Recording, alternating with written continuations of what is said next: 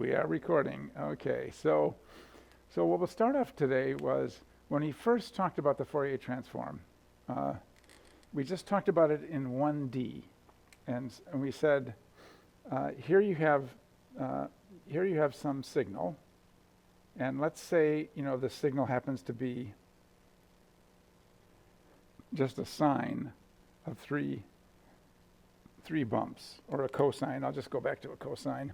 So say your brain just happens to look like something like that. So it's a cosine. Cosine of 2. So 2 bumps. So if we then Fourier transform that, what is the Fourier transform? Well, the Fourier transform says correlate that thing with everything. And so, so the Fourier transform says, core with all different frequencies, and, core with sine and cosine and sine. So, so correlate with all different frequencies, but then also do cosine and sine separately. So that was the original intuition. We've got a signal, and what we do is we take all these different frequencies. So we might take a sine of like that. Sorry, that's not a good sign. It didn't join up with itself. There we go. Okay, so a sine of 3, and when we correlate this, we get 0. And then we do a cosine of 3, we get a big number, and we try all the other ones, and they're all 0 because they're different frequencies, and they're cosine versus sine. And so what we end up when we go over to k-space is we just end up with just 2 points. Here's real and imaginary. And we could sort of think of that as a vector, think of it as an amplitude and an angle, using this thing. But basically what happens is something that's spread across all of space or time, this could be either time or space, suddenly, we'll start off with time because we talked about, so it could be either time or space. And what we end up is we get, either frequency or k, which is spatial frequency. But we just get a point. We just get a point over there. And so that makes sense because we said all these different frequencies are all completely uncorrelated with each other. And so it makes sense that when we do this correlation, we just come up with one. Only one frequency correlates with that. That's a very strange signal. Of course, most signals would have more frequencies in them, but if we're just doing in the simplest case, we only got one frequency, we end up with 1 point over here. So now what about the inverse Fourier transform? Because we said the inverse Fourier transform is basically the same as the forward Fourier transform. And so the question is, can we view the inverse Fourier transform as correlating with all these signs? So the Fourier transform process is, the FT is just, core with all frequency sine cosine. So can we just, if this is the Fourier transform process, how can we rationalize starting with a point and then getting this thing by correlating a point with a bunch of things? So basically look at the inverse Fourier transform the same way that we were looking at the forward Fourier transform, because we know that if we Fourier transform this thing, we get back to this. And you just go sort of back and forth. So that's the first thing we're gonna talk about. So let's start off with the simplest case. So spike or a point at 0. So now let's just say, what if our image, instead of looking like a sine, just happened to be like a spike, like this, just like a single point like that? So here's 0, and so imagine we just have one data point, which we'll draw as a little thick arrow, right at 0. And say that's our image, instead of it being the Fourier transform of the image. So let's just say that's the image. So imagine this is an image. And so now what we're going to do is, Fourier transform that, just forward Fourier transform that. And so the question is, what is the Fourier transform of that thing? And so let's think of it again as this correlate with all these different frequency sines and cosines. So we've only got one point. And so what is the correlation? Well, the correlation is take something, take some, let me just clear this out so I've got more space. Just take a sine and a cosine, and let's just multiply it at each point. Now, if you look at the thing that we're correlating it with, it's only got one point. So it's all zeros. This is all 0 here. So it actually doesn't matter what the sine and the cosine at all different frequencies that we're correlating it with. It doesn't matter what it is at any other place except 0. And so here's a cosine. So here's a cosine. So you can see that guy is going to correlate with it, because this guy, if you imagine this spike is kind of like 1, and then the cosine is 1 at 0. Then so remember, this is 0. We're thinking 0 in. So this thing is in the image domain. So this guy is our image, and then this guy is 1 cos we correlate with.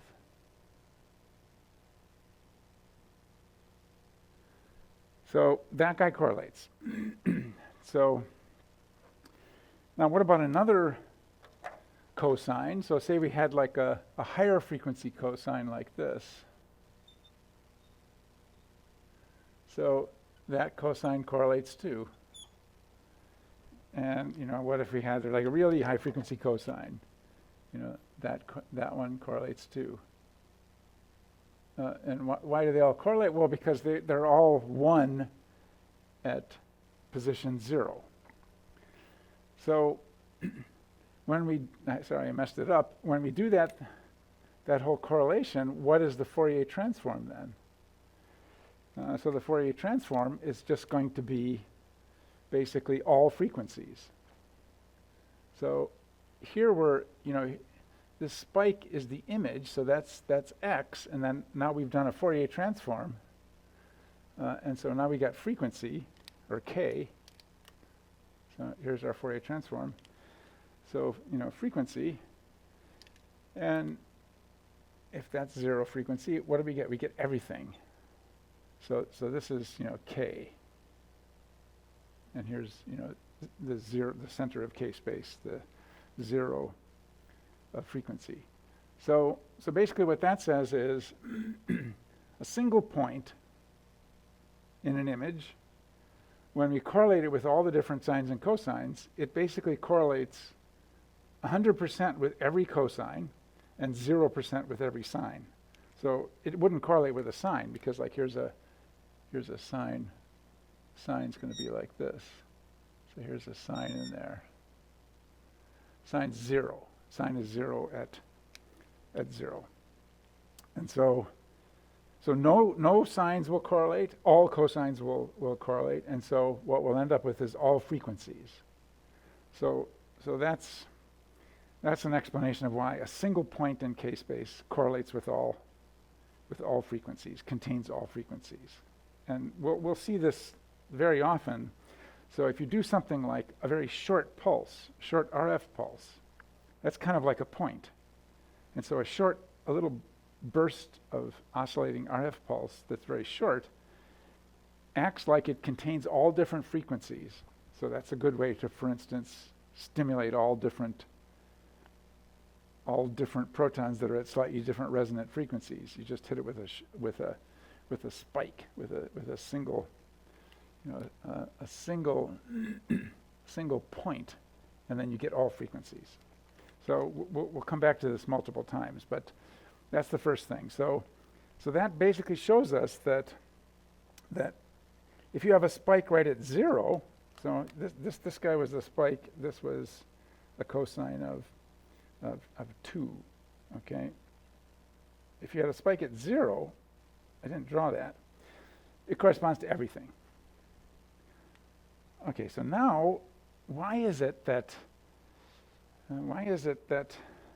when we have a spike off to the side, we get something that goes up and down? Because this doesn't go up and down, this just is continuous. It contains all frequencies. So that this is, all freaks, all spatial frequencies.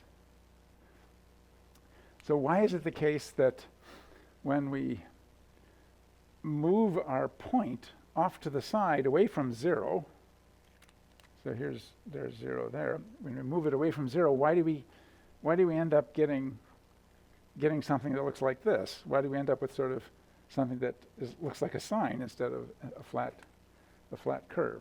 And so let's go through that, so that just to see that you can actually, if you start with, okay, so let's make a boundary here. So now let's start with a spike that's off to one side. So here's our,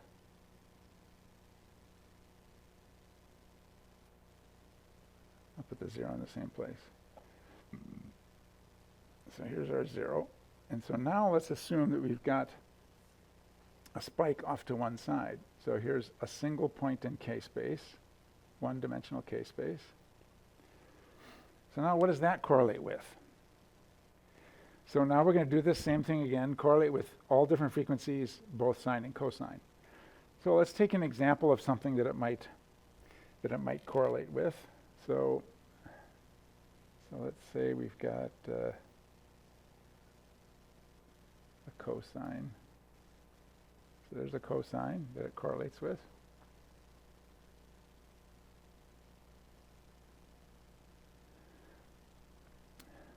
And there's the 0 point. So it's just there's only one point that we're correlating with, because this is, all zeros everywhere else except at this point. And so this guy is going to correlate. Now, okay, that's not surprising, but what if we increase the frequency a little bit? So here's a slightly higher frequency.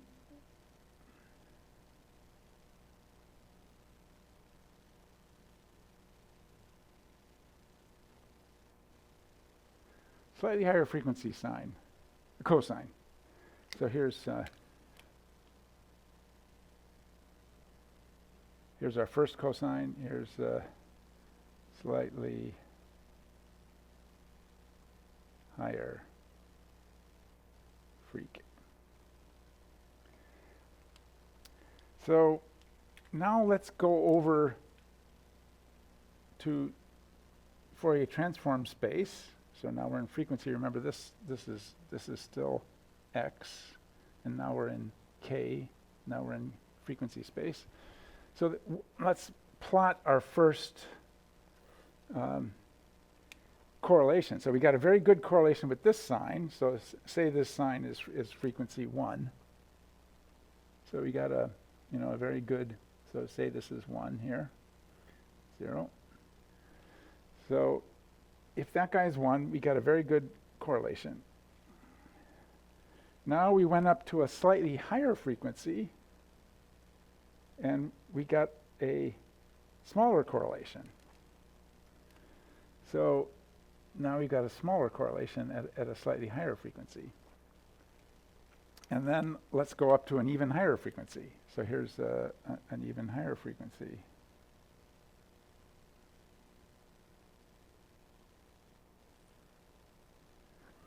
So now what's our correlation? Now our correlation is turned negative. Because, real and imaginary can both be positive and negative. So now it's turned negative. So let's plot that. So now we're negative.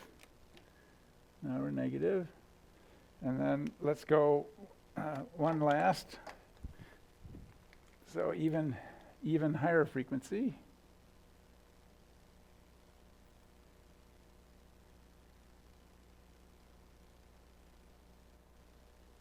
Okay. So now we're positive again. Now we're positive again. And if we keep doing that, we'll go up and down.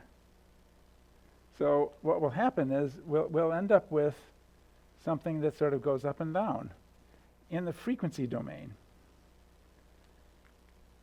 So if we sort of draw all those points out again, so the first one is kind of a little, should have made it a little wider. I'll do that next year. Okay, so our first one was a very good correlation here. So this guy goes to that one. Good correlation. And then the second one, the next highest frequency one, was this guy here, right there. And that one went down a little bit, so that guy goes there.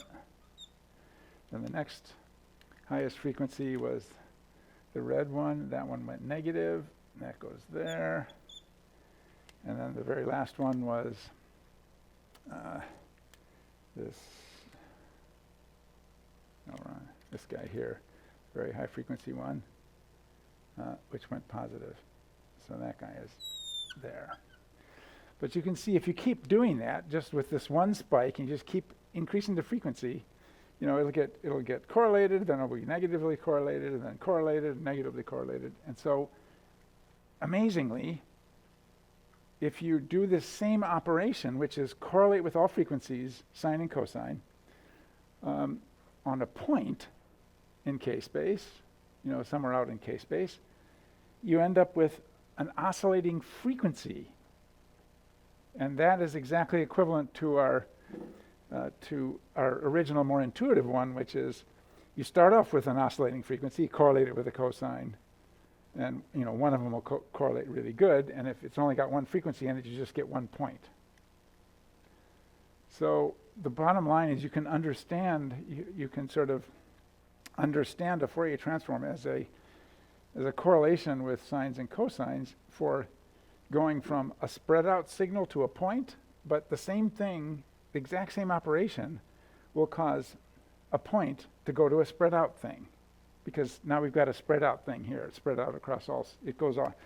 This just, if you actually plot this out, it will just go across, it will just be, a cosine. It extends across all of space. So, yeah, strangely, you can actually just view it as an actual correlation going both ways. So one thing, so how could this be? Well, one of the things that the Fourier transform does is for each point in the other space, it looks at all of the points in this space. So, for each point in K space, it looks at all the points in X. But the inverse Fourier transform is exactly the same. If you do the inverse Fourier transform, for each point in image space, it looks at every frequency. So that's how you can sort of rationalize. It's always constructing a point from the entire rest of the space on the other side, and that will sort of like cause you to go back to this by this mechanism here when you go the other way. So it's this strange symmetry where you can sort of do it again and end up back where you were. Okay, so sines and cosines. So now the question is, why do we need two? Because remember, we talked about I'll talk in the main lecture today on what a single point in K-space actually is. But for now, you know, and we said that if you just look at the Fourier transform of a cosine, you actually end up at 2 points in K-space. You end up with like 2 and -2 if it's a cosine of 2. You'll end up with 2 points in K-space. So why do you need 2? So, which gets us to the point of like, then what is 1? You know, what is 1 point in K-space? So the reason you need 2 is because you got sines and cosines. And so we'll try to, I'll erase this rat's nest of cosines, and we'll just try to stick to a smaller number of sines and cosines this time. So now let's just consider, we didn't consider the sines versus cosines in that, in this one that I just erased here. So let's draw out another one. So here's our 0 point, and here we're in X. So now let's put a spike out here some distance, and then let's take that spike and then put another spike over here. And that's our 2 points, like what that was drawing, like our 2 points in K-space that corresponds to 1 cosine. So it's pretty clear in this case, if you put a cosine here, that guy will correlate, and it's going to correlate on this side too. But now what about a sine?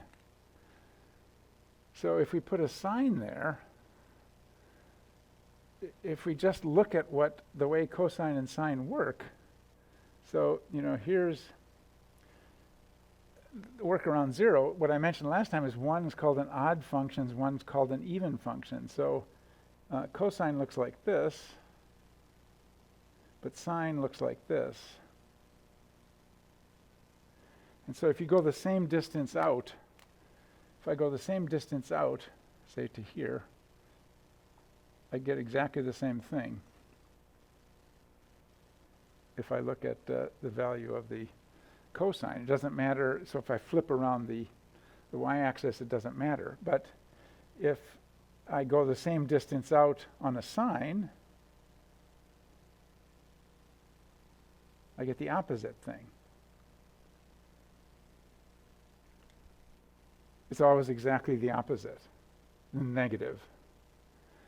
And so the reason you want 2 spikes is because you don't want to correlate with a sine. So say there was a sine here of some particular frequency.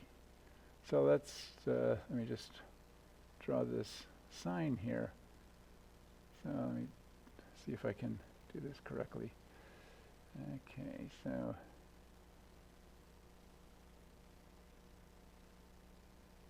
Okay, so here's a sine here.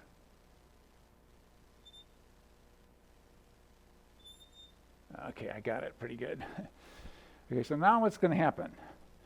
So when slightly off. So, you know, because a sine is always, if you go the same distance out from 0, so here's 0, you go the same distance out that way,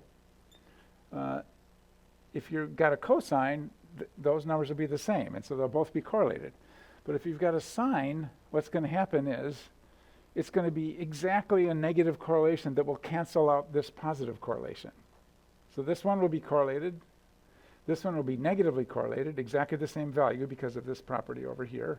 So even function versus odd function. And so then you'll end up with correlation 0. So that's the reason why you need 2 spikes. So you need 2 points in K-space to just pick out sines of a particular frequency and cosines of a particular frequency and filter out sines, or vice versa. So So how would you pick out sines? You would pick out sines by making a spike that was positive on one side, and then the same distance away negative on the other side, because that's what a sine looks like. So this distance is the same. So this is, we've drawn a complex spike here. So we made it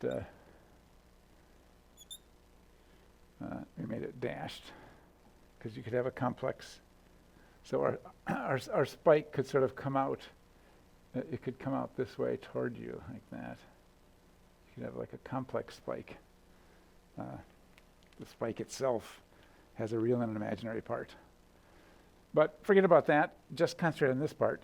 What you're doing is that you can sort of capture sines by looking for things that are opposite at the same distance away. And you can capture cosines by looking for things that are the same distance away. So, what is this distance? This distance is the spatial frequency. So, as you go out to higher and higher spatial frequencies, you'll capture higher and higher frequency. You'll capture tighter ones. So tighter sines correspond to a spike that's further out. So everything's always kind of reversed in the other domain. But that's the reason you need two, because if you just have one, what would happen is it would correlate with both sines and cosines. So, one spike, one, offset spike, not at zero, gets both cosine and sine. And what does that mean in terms of the Fourier transform? Well, when we do this operation, correlate with all different frequencies, sines and cosines. If you correlate with a cosine, that's the real part. If you correlate with the sine, that's an imaginary part. So if it correlates with sines, this means there's an imaginary part to the image.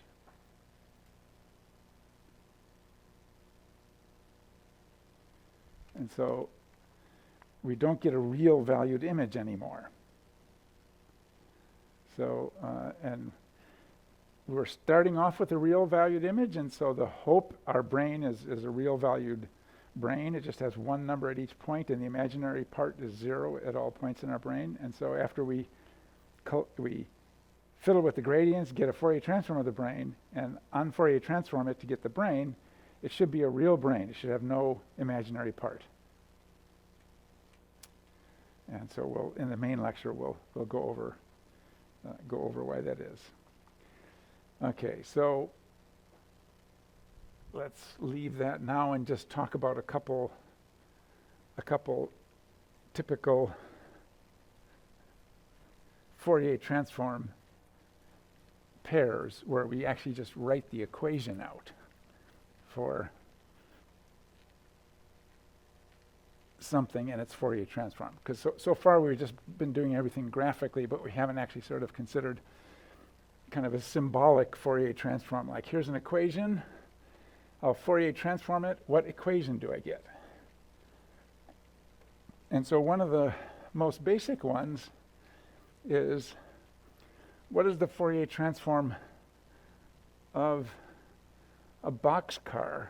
And so what's a boxcar? A boxcar is basically like a slice.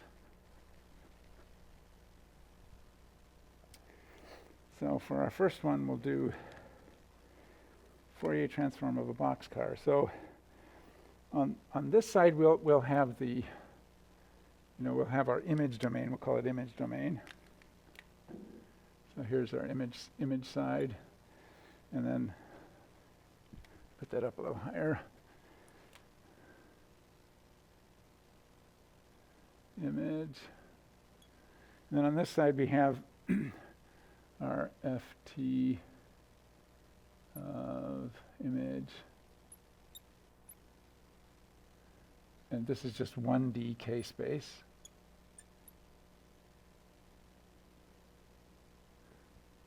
Okay, so one very simple basic Fourier transform pair that goes back and forth between them is a boxcar. And so sometimes a boxcar is called, so what would this be? So this would be something that in X looks like this. It comes up and then it's just up like that. So it's like a slice. So think of it as like a slice. So it's 0, it's 0, and then it's just 1. So this is, 1 here. So that's 0. And then we have some width of the boxcar. So here's the width of the boxcar. So if that's our image, the question is, what is the Fourier transform of that? And so that function, we'll label that function the Rect function. So the Rect function at x over the width. So I didn't say what the Rect function itself was. Let's just write that. I'll write it up here. So the Rect function is basically 1 if you're within this distance plus or minus from 0 in x. And so we're putting in for x divided by width so that we can control the width. So because we want to be able to sort of see, after we Fourier transform this, including the width, what happens to the Fourier transform of it when we mess with the width. So that's kind of the value of having sort of an equation. So what is the Fourier transform of this thing? So the Fourier transform of this thing is called a sinc function, S-I-N-C. So the Fourier transform is, it will come up to 1 here, and then it will just go, it looks like, basically looks like a cosine, except it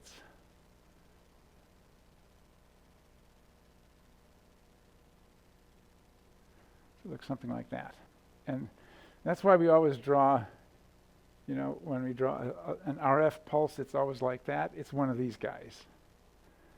So what is this? This is K.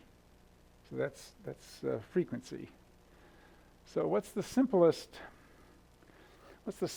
kind of sinc function? So I never knew what sinc meant. I finally looked it up last year. It means sort of sine cardinal function. So even though this thing looks like a cosine because it's 1 at 0, what the actual function is, so the simplest version of it, so sine cardinal function, as a function of frequency, spatial frequency,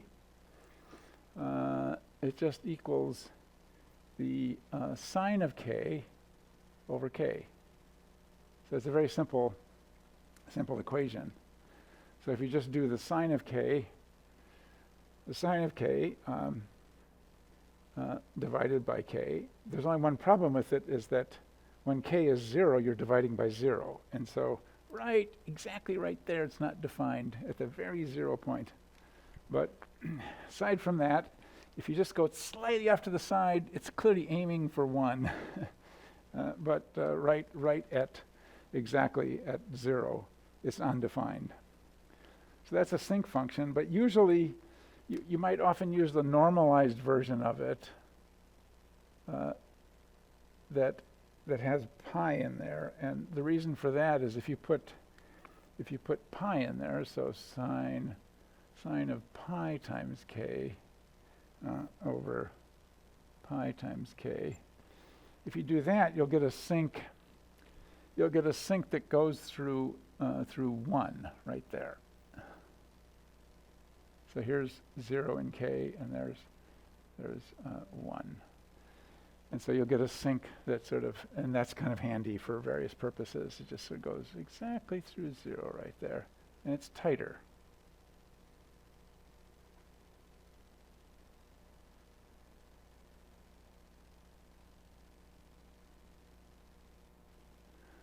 So it's the same. It looks exactly the same. It's just sort of squished.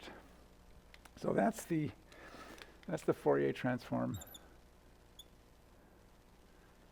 of a slice of just a slab, or just something that is, the rect function. So I didn't write out the actual Fourier transform of it. So the Fourier transform in equations goes over to the width times the sinc of pi with the width in there. Yeah, so that's our Fourier transform. Fourier transform, and this sinc was this guy, this sinc right there.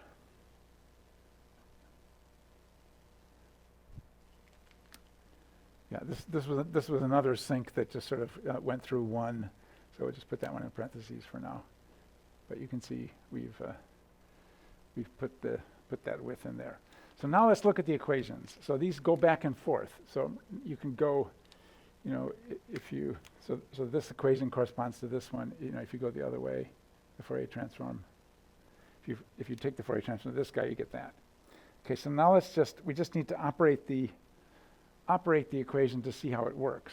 So if you look at this, on this side, the width, the width is in the denominator, and this side, the width is sort of in the numerator, basically. And so if you work through this, what happens? So what happens if we do something like take a wider, if you increase the width, what's going to happen? And so everything in Fourier land is kind of reversed. So if you increase the width, if you work through this equation, if you put a bigger number in here, just plot it out in MATLAB. Just plot this equation out in MATLAB's, sinc of some number. As you increase this number over here, what happens?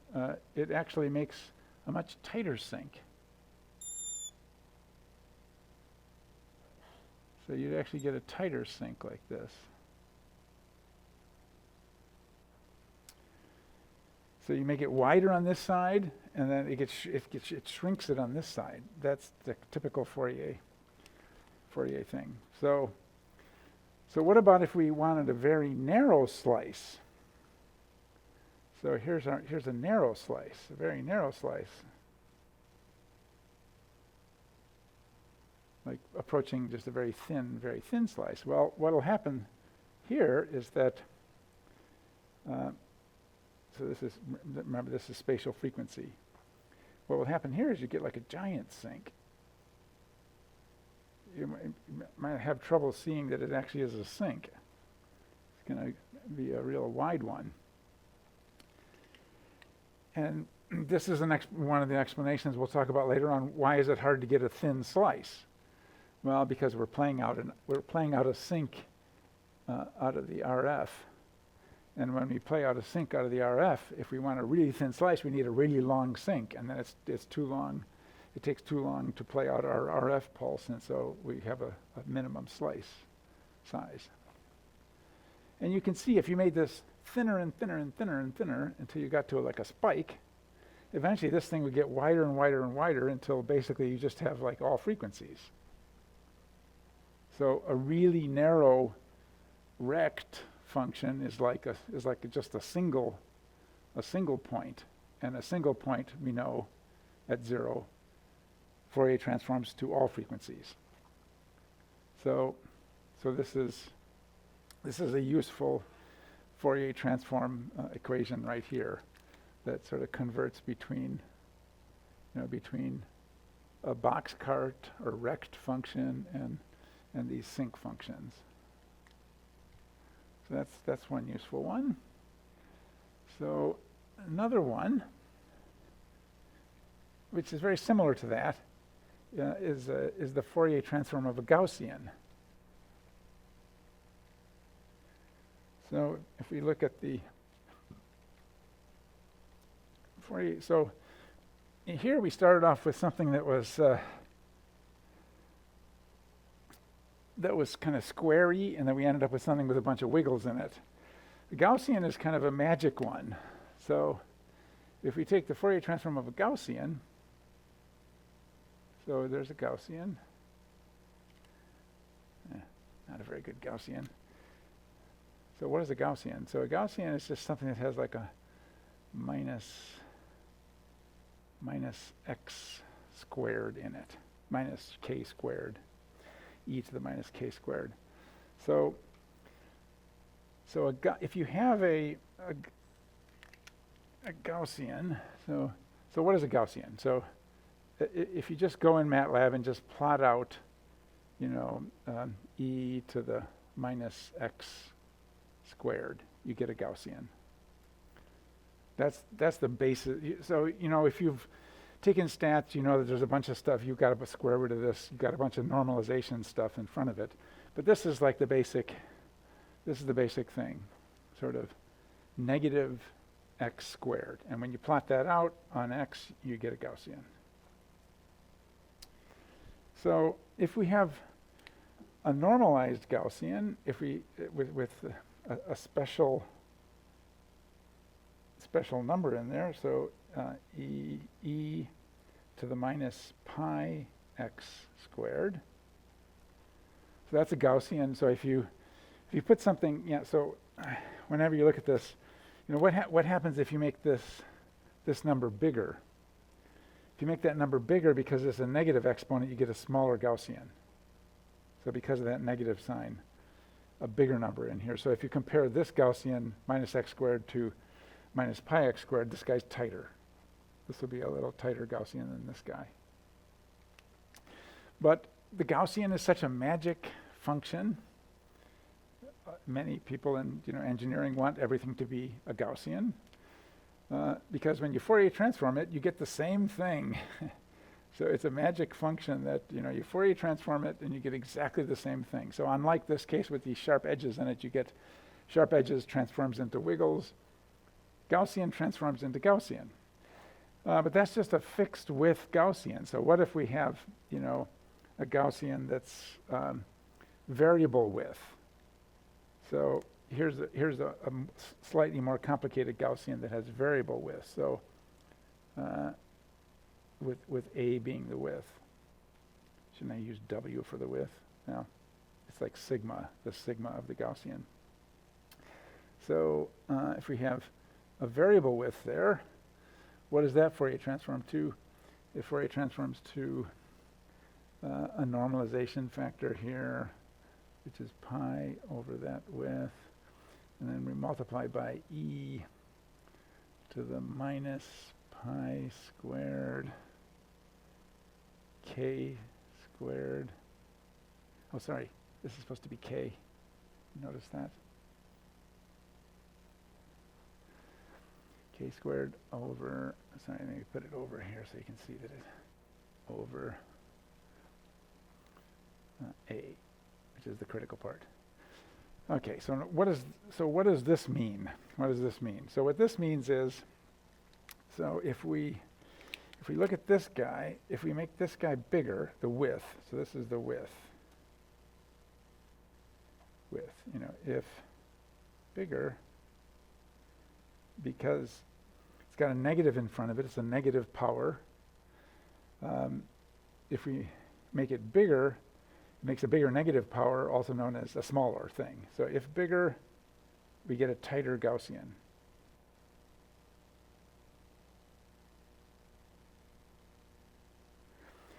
And now let's look at it over here. Over here, it's in the denominator, and so this is the width of the Fourier transform of the Gaussian, and so this guy's the opposite. So if bigger, we get a wider Gaussian.